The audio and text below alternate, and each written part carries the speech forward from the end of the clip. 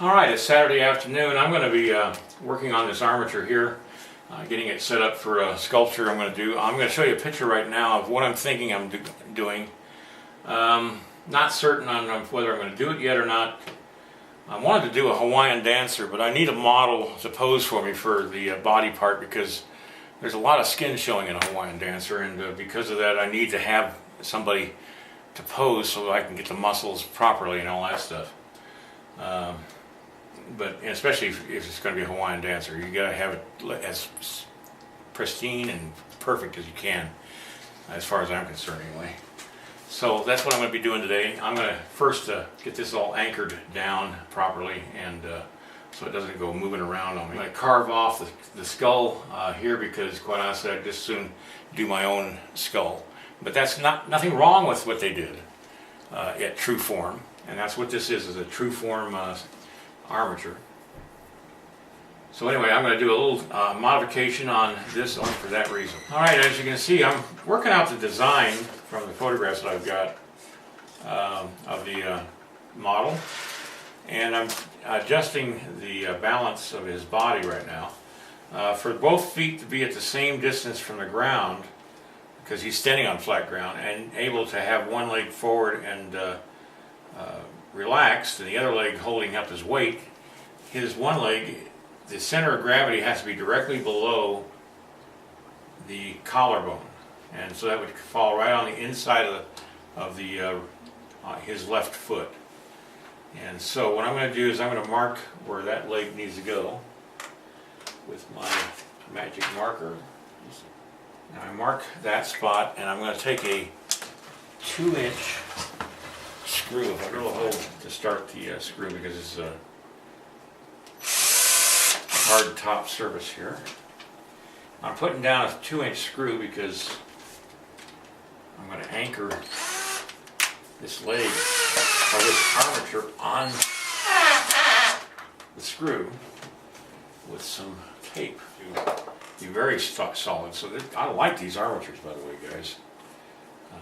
Money well invested, because it takes a lot of the time you would spend working out proportions, and you don't have to do it as much. Now I'm changing part of this armature for my reasons, but you can use the foot things if you want to. I just find I don't really need it. Now, if you're planning to take the legs apart, you don't want to do this part, because like Julie showed you before when we were demonstrating this armature before, you can actually take the legs off and work on them, but I don't need to do that. The only part that I might do is the arms, but I don't really need to do that for the legs, because the legs I like to keep in place. Now you can do this with any pose that you want. I mean, these, if you want to have the gentleman squatting down on the ground, sitting down, whatever, it's easy enough to change everything. What I like about TruForm's armature is that everything is automatically balanced. It's just a matter of changing it here. Now, he's going to be drawing an arrow with this hand. Let me take a look and see what kind of angle his shoulders are. Now, if this hip is down, this shoulder would be up, and this shoulder would be down. And so, I'm going to put the armatures back on. Let's see. Okay, that's the upper arm. Am I right? Yeah. And he's holding the bow in front of him, right here. And he's drawing an arrow with this hand, here. And he's got his arm back a little bit. Bring the pose like that. Boy, this makes it so much easier to... Look at that, Julie. That's awesome, Dave. I mean, that really is so incredible. Much faster. If you were using wire on that. Well, I'd have to figure it all out, first of all. Yeah. It's got the dimensions, and the dimension stays. Yeah. as you This could possibly, I mean, I can tell how it's gonna turn out before I even get started. And I can see it in my head how this is gonna work out really nice, because you can match the movement of the body by just readjusting. I really like these armatures. I'm gonna have to buy me some more. Better do it while I got money. That's always. Yeah, it's always a good thing. Always nice to have some money. The problem is you always need freaking money. All right, I'm checking the anatomy, and I find the skull might be just a little bit small, but they're also subtracting for clay, so that's not a big deal, because you're going to add clay to this anyway. You can't have the armature the same exact size, or else all you'll see is foam, and you won't see any clay. So that's good. So actually, the head measurement from the top of the head should be about right there, and then where the breast, the nipple would be on a male, would be about there. On a female, would be just below that. To the belly button on a male would be right to there, and from there to the groin bone, which is right on the button. So, and then 2 heads wide. See, he's subtracted. They've even subtracted for the clay on the width of the shoulders as well. So everything is really well done on these armatures.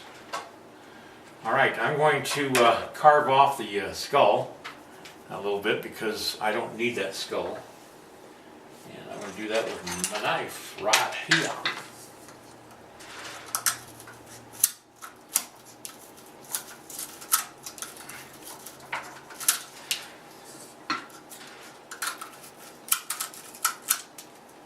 Because I'm doing a Native American, I just need to reconstruct the skull just a little bit different than for a Caucasian person.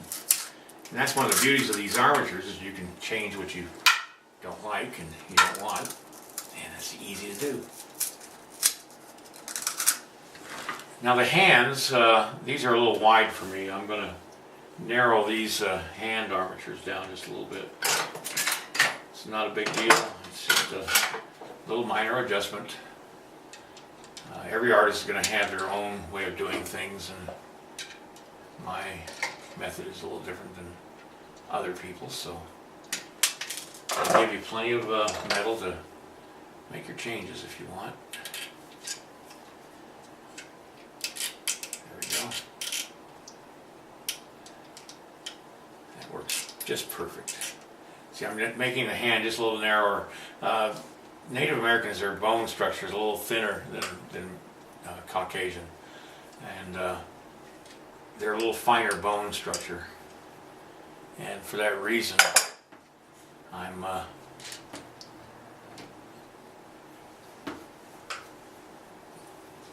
changing the size of the hand a little bit.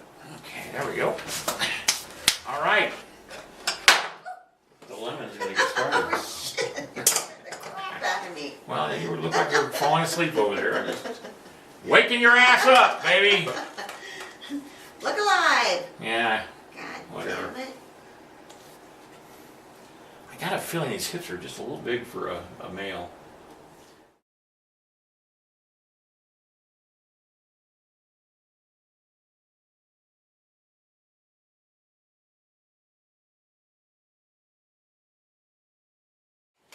Well, that's as far as I can go. I've realized something, that they've made this really wide here. It's more female than for a male. And so I need to trim quite a bit of this off and close it in. Not a big deal. It's just a matter of having the right tools, and my tool is not charged up to do it with, and it's a Dremel. And so I've got to get the Dremel fired up and charged up, and so it's going to probably be next week before I get back on this figure. But at least you can see how it started out, and it's working out pretty good. And it could be that I'm just wrong. Let's see, wait a minute. Take a look at this. No, I got to trim it. It's going to have to be trimmed a little bit. Because a female's hips are quite wide. Can I have that figure? That figure?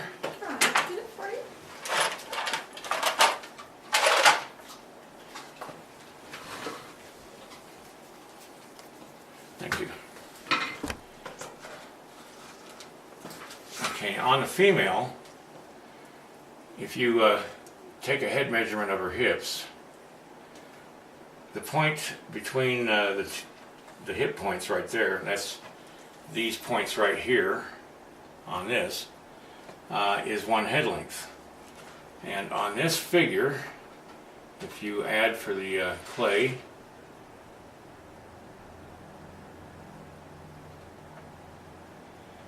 that's 1 head length between those two things.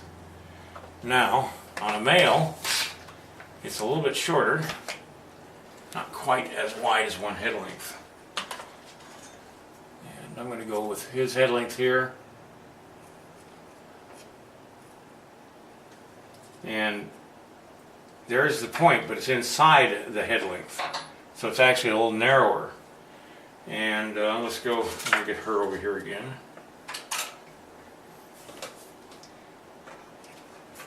Much easier to do this on these figures than Julie.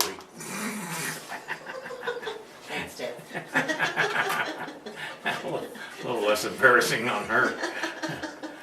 Okay, now here's her head length. And from one edge of the hip to the other is about 1.5 heads between the two femur bones. On a male, it's to the femur bone is about right there. It's about 1 head length, just a little bit over 1 head length, so it's not quite as wide as a female. And on this figure,